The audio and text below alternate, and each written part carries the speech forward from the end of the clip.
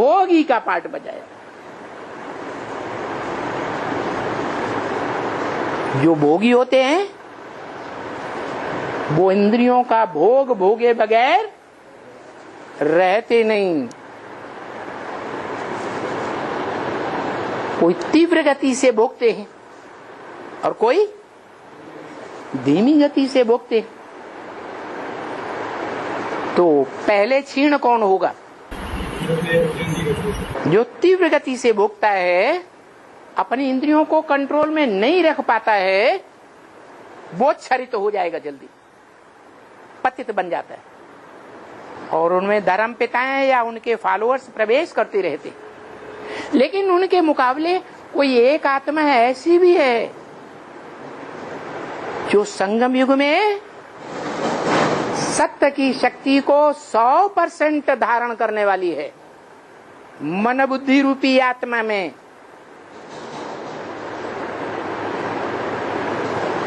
और जितना ज्ञानी होगा सच्चाई का, सत्य का, उतना ही बड़ा योगी होगा या नहीं होगा। इसलिए गीता में कहा है, सांख्य योगौ पृथक बाला प्रवदन्ते न पंडिता। जो पंडित होते हैं, विद्वान जन होते हैं, वो सांख्य माने ज्ञान और योग, इन दोनों में फर्क नहीं समझते। दोनों में फर्क है ही नहीं। जो ज्ञानी होगा वो ही बाप को पहचानेगा गहराई तक। ज्ञानी कम होगा तो बाप को गहराई तक नहीं जानेगा, और बाप को जानेगा नहीं तो पूरी गहराई से याद कर सकेगा? नहीं याद कर सकेगा। तो ज्ञान है पहला सब्जेक्ट। जितना ज्ञानी उतना बड़ा योगी। इसीलिए बताया, शास्त्रों में भी लिखा है, सांख्य जिसे ज्ञान कहा जाता है, सह आख्या। सह माने साथ, आख्या माने व्याख्या। ज्ञान के एक एक पॉइंट को, ज्ञान के एक एक शब्द, एक एक वाक्य को विस्तार पूर्वक जो व्याख्या कर सके और दूसरों को व्याख्या समझा सके गहराई तक, वो ही पक्का ज्ञानी है। और उस पक्के ज्ञानी का नाम शास्त्रों में कपिल मुनि रखा गया है। सांख्य शास्त्र का प्रणेता बड़े से बड़ा कौन गाया हुआ है? कपिल मुनि। जिस कपिल मुनि के नाम से काम्पिल्य नगरी आज तक भी प्रसिद्ध है, प्रैक्टिकल में देखी जा सकती है।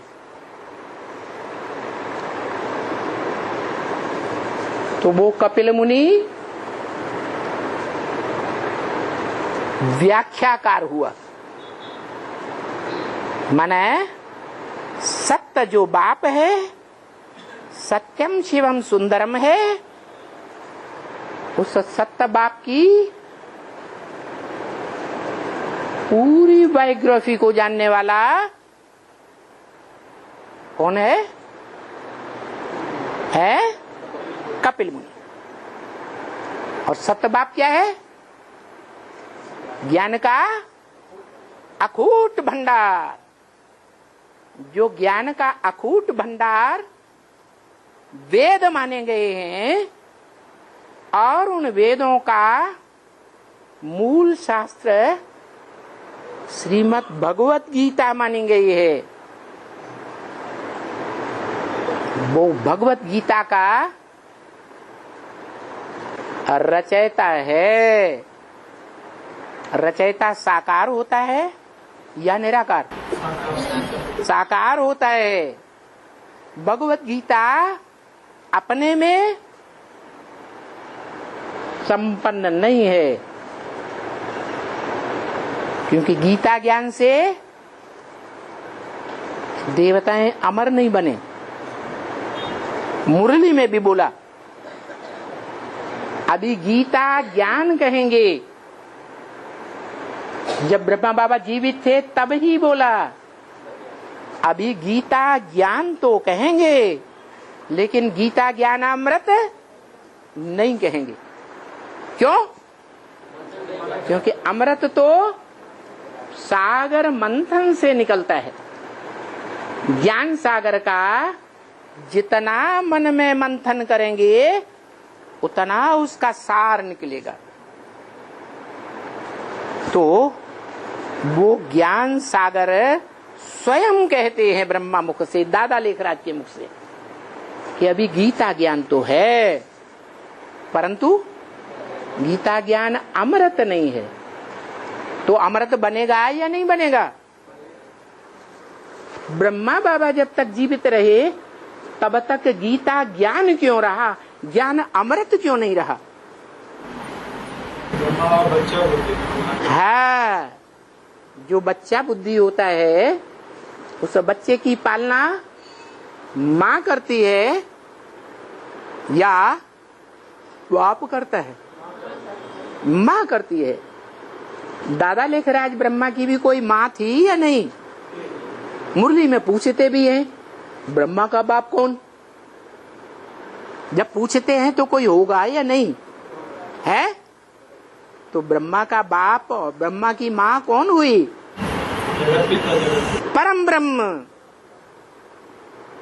ब्रह्मा की माँ है, और परम पिता जिसका कोई पिता नहीं, वो क्या हुआ?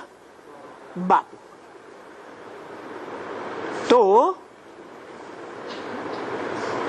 जो ब्रह्मा के मुख से गीता ज्ञान निकला, उस गीता ज्ञान को व्याख्या करने वाला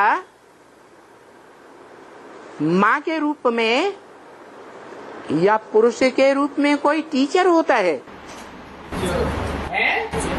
टीचर है, क्योंकि मुरली में ही बोला है, तुम्हारा बाप, तुम्हारा टीचर, तुम्हारा सदगुरु एक ही है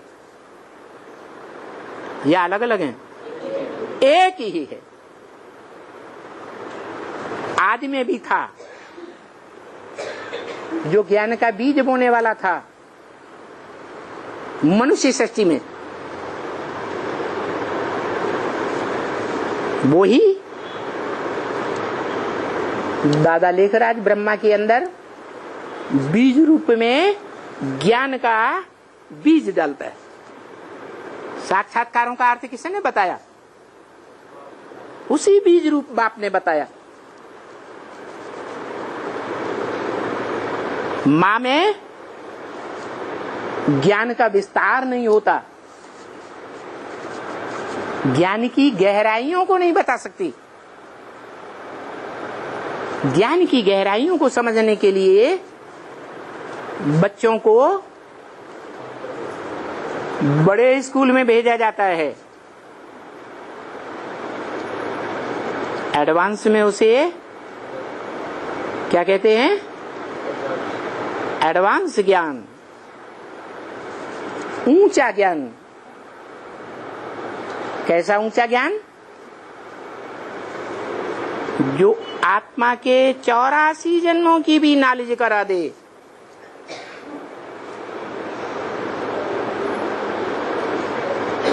आत्मा का कैसा ज्ञान है? आत्मा रूपी रिकॉर्ड में जो भी 84 जन्म या कम जन्मों का ज्ञान भरा हुआ है, वो सारा आत्मा रूपी पार्टधारी को मालूम होना चाहिए या नहीं मालूम होना चाहिए? है? मालूम होना चाहिए। अगर नहीं मालूम है तो आत्मा बेवकूफ पार्टधारी या बुद्धिमान बाप का बुद्धिमान बच्चा है? बेवकूफ पार्टधारी। तो जरूर जन्म मरण के चक्र में आने वाली आत्माओं में कोई एक आत्मा है आत्मा आत्मा भाई भाइयों के बीच में बड़ा भाई, जिसको शिव बाप अपना सारा खूट ज्ञान का भंडार सौंप देते हैं। वो दुनिया की सबसे बड़ी शक्ति है यह नंबरवार शक्ति है। नंबरवार शक्ति है। अगर नंबरवार होती तो गीता में क्यों कहा जाता नहीं ज्ञान सदसम पवित्रम में ही विद्यते। इस दुनिया में ज्ञान के समान पवित्र कोई चीज नहीं है। ये बात गीता में नहीं आई होती। क्या सबसे जास्ती पवित्र चीज क्या है? ज्ञान है।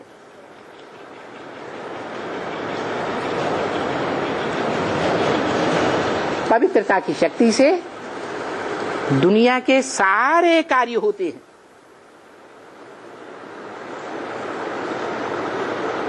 बड़े ते बड़े कार्य, वो अच्छे ते अच्छे हों और बुरे ते बुरे कार्य हों। बुरे से बुरे कार्य भी प्योरिटी की पावर से, और अच्छे ते अच्छे कार्य भी प्योरिटी की पावर से। जालंधर राक्षस था, बुरे काम करने वाला था या अच्छे कार्य करने वाला था? वो जालंधर को युद्ध में, जिसे ईश्वर कहा जाता है, वो ईश्वर और ईश्वर का परिवार का कोई भांति उसे नहीं हरा सका युद्ध में।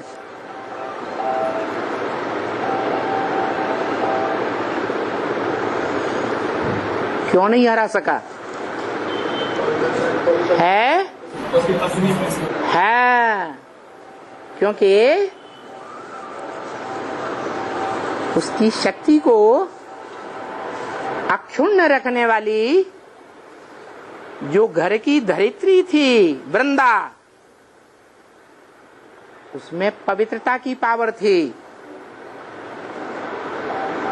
उसकी मनोबुद्धि में पति जालंधर के सिवाय और किसी के लिए रंच मात्र भी प्रेम नहीं था। जैसे हम बच्चे कहते हैं एक शिव बाबा दूसरा न कोई। जब तक ये स्टेज वृंदा की रही तब तक जालंधर राक्षस को देवताएं तो क्या, मनुष्य तो क्या, भगवान के नाम से भगवान कहा जाने वाला अपने परिवार सहित कोई भी नहीं हरा सका। और जब वृंदा प्रभावित हो गई, जालंधर के अलावा किसी दूसरे से, उसके बाद जालंधर हार गया।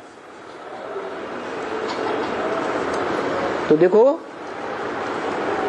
दुनिया के बड़े से बड़े काम पवित्रता की पावर से होते हैं। और वो पवित्रता कैसे आती है? और बाप की याद कैसे आती है? पहचान या ज्ञान कैसे आता है? पहचान माने ज्ञान, ज्ञान ज्ञानदाता से आता है। ज्ञान के भंडार का दाता एक ही है, जो जन्म मरण के चक्र से न्यारा है, त्रिकालदर्शी है, तीनों कालों को जानने वाला है। इसलिए वो सत्य है। जो जन्म मरण के चक्र में आने वाली आत्माएं हैं वो सदा सत्य हो सकती है कि नहीं? है? नहीं हो सकती। तो वो सदा सत्य शिव जिस मुकर्रर शरीर रूपी रथ में इस मनुष्य सृष्टि में आता है, उस रथ को जो मिट्टी जैसा बन जाता है, क्या चैतन्य आत्मा होते हुए भी जड़त्व में ही बुद्धि हो जाती है। बुद्धि कैसी हो जाती? जड़ जड़ी भूत। जड़ जड़ी भूत वाली आत्मा उसकी आत्मा को नहीं लेता, शरीर को लेता है या आत्मा को लेता है?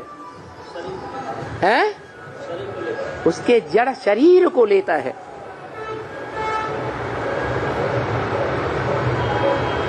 लेने वाला कौन है? लेने वाला परम पुरुष। पुरु माने शरीर, श माने शयन करने वाला, जो शरीर रूपी पुरी में आराम से शयन करता है। संगम युग में जिस शरीर में प्रवेश करता है उसमें उसको कभी भी बेआरामी होती है? नहीं होती है। ऐसी आत्मा है, उसको कहते हैं पुरुष।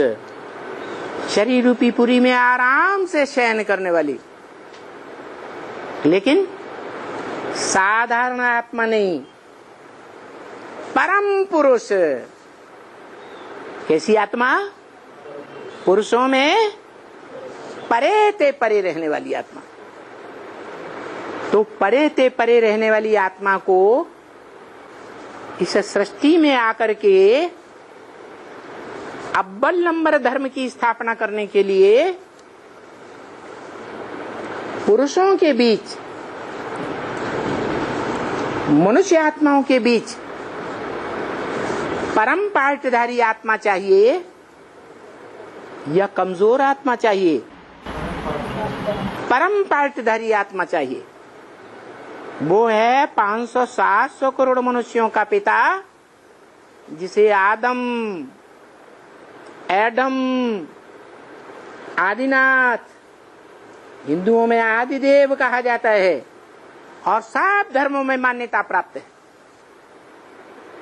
सब धर्म पिताएं और उनके फॉलोअर्स उस आदम को मानते हैं, जानते नहीं। वो आदम वाली आत्मा को वो जानता है या नहीं जानता? त्रिकालदर्शी है तो जरूर जानता। उसके 84 जन्मों में बजाए गए पार्ट को भी जानता है कि वो पार्ट उसकी मत के अनुकूल,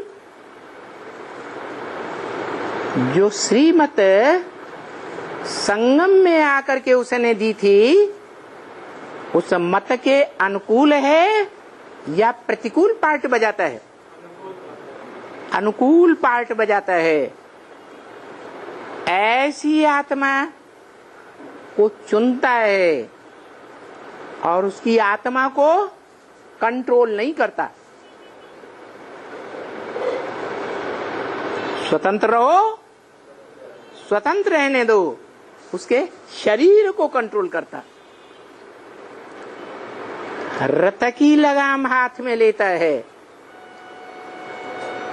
इसीलिए गीता में कहा है अर्जुन से, अर्जुन इदं शरीरम कौन्तेय क्षेत्रम मिथ्याभिधीयते।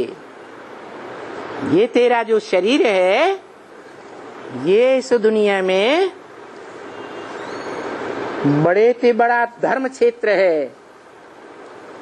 क्या? धर्म युद्ध का क्षेत्र है, बड़े से बड़े कर्म युद्ध का क्षेत्र है। ये अविनाशी रुद्र ज्ञान यज्ञ कुंड है। क्या है? अविनाशी रुद्र ज्ञान यज्ञ कुंड है। इस यज्ञ कुंड में सारी दुनिया स्वाहा होनी। ये अविनाशी यज्ञ कुंड है, यह विनाशी है।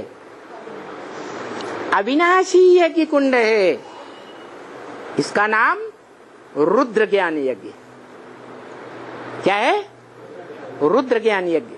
शिव ज्ञान यज्ञ नहीं, ब्रह्मा ज्ञान यज्ञ नहीं, विष्णु ज्ञान यज्ञ नहीं, 33 करोड़ देवताओं में से कोई का ज्ञान यज्ञ नहीं। क्या नाम दिया? रुद्र ज्ञान यज्ञ। रुद्र माने जो रौद्र अर्थात भयंकर रूप धारण करे। तो महाविनाश काल में, महामृत्यु के समय, जब इस सृष्टि में प्राणी मात्र की महामृत्यु का टाइम आता है, तब वो रौद्र रूप धारण करता है, महाकाल बन जाता है। कालों का काल कहा जाता है। कालों का काल, महाकाल, जिसको कोई काल खा नहीं सकता। वो सारी दुनिया के प्राणी मात्र को खा जाएगा, लेकिन उसको कोई खाने वाला नहीं है। उसका ही रूप मनुष्य षष्ठी रूपी झाड़ के ऊपर बैठा हुआ दिखाया गया, जो सभी मनुष्य आत्माओं को आकर्षित कर रहा है। क्या? आकर्षित कर रहा है। सभी बिंदु बिंदु आत्माएं उसकी तरफ खींची चली जा रही। इसलिए वो आकर्षण करने वाला केंद्र बिंदु, उसका नाम रखा गया है कृष्ण। सतयुगी कृष्ण है या संगम युगी कृष्ण? संगम युगी कृष्ण सभी आत्माओं को आकर्षित करता है। मुरली में भी बोला है, क्या मैं तुम बच्चों को नैनों पर बिठा कर ले जाऊंगा? क्या? नैनों पर बिठा के ले जाऊंगा? देह को है? हाँ, तुम आत्मा रूपी जो बच्चे बनते हो, वो बच्चे नहीं जो देहभान को छोड़ करके आत्मा बन ही नहीं पाते। कुछ न कुछ देहभान रह जाता है, उनकी बात छोड़ दो। तुम बच्चों को नैनों पर बिठा कर ले जाऊंगा। क्या मतलब हुआ? नाक पर बिठा के ले जाऊंगा, कान पर बिठा के ले जाऊंगा, ऐसे क्यों नहीं कहा? नैनों पर बिठा के ले जाऊंगा, इसका क्या मतलब है? तुम आत्माओं को जो आत्मिक स्थिति में स्थित होने का प्रयास करते हो, पुरुषार्थ करते हो, लेकिन देहभान के कारण, देह के बंधन में होने के कारण, 2500 वर्ष से विकारों के बंधन में होने के कारण तुम स्वयं नहीं मेरे पास तक आ पाते हो, तो मैं तुम्हें नैनों पर बिठा के ले जाऊंगा। माने नैनों पर बिठा के ले जाऊंगा का क्या मतलब है?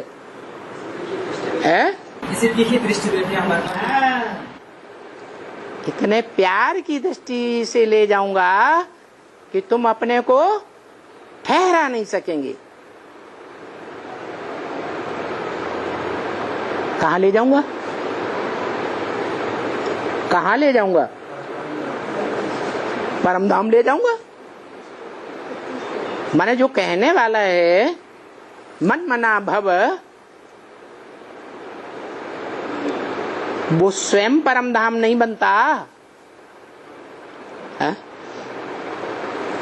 स्वयं परमधाम का रूप बनता है या नहीं बनता? तो जब स्वयं ही परमधाम को इस सृष्टि पर उतार लिया तो सारी आत्माएं कहाँ जाएंगी? है उसी के संकल्प में समा जाएंगी। मत मना भव, मेरे मन में समा जा। अरे तेरे मन में क्या है? एक शिव बाबा, दूसरा न कोई, एक ज्योति बिंदु आत्मा।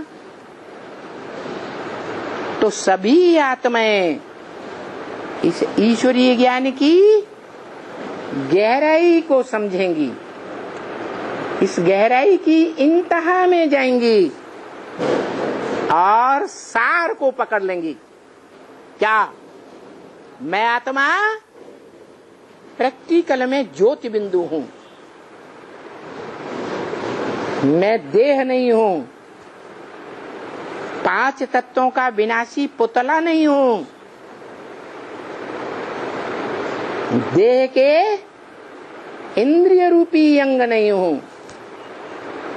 इस देह में, इस देह की इंद्रियों में मेरी कोई लागत नहीं, कोई लगाव नहीं, नो अटैचमेंट। इस मनुष्य सृष्टि की हर आत्मा की ऐसी स्टेज बनेगी।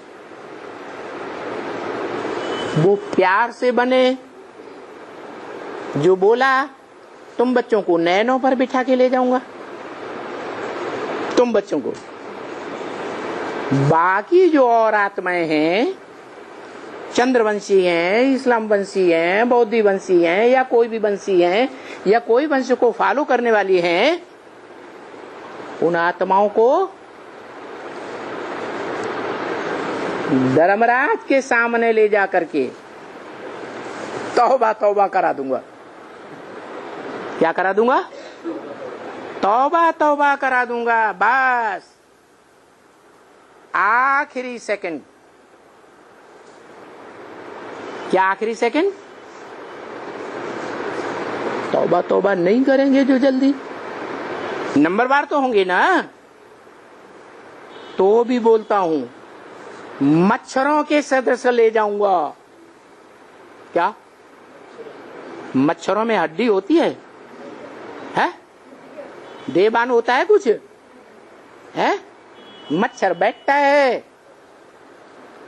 और कितना भी विद्वान पंडित आचार्य हो, मच्छर काटता है, बरबस हाथ चला जाता है, मार देता है। सोचता है इसमें आत्मा है? सोचता है या नहीं सोचता? नहीं सोचता। जैसे मच्छर की कोई वैल्यू नहीं होती, ऐसे ले जाऊंगा।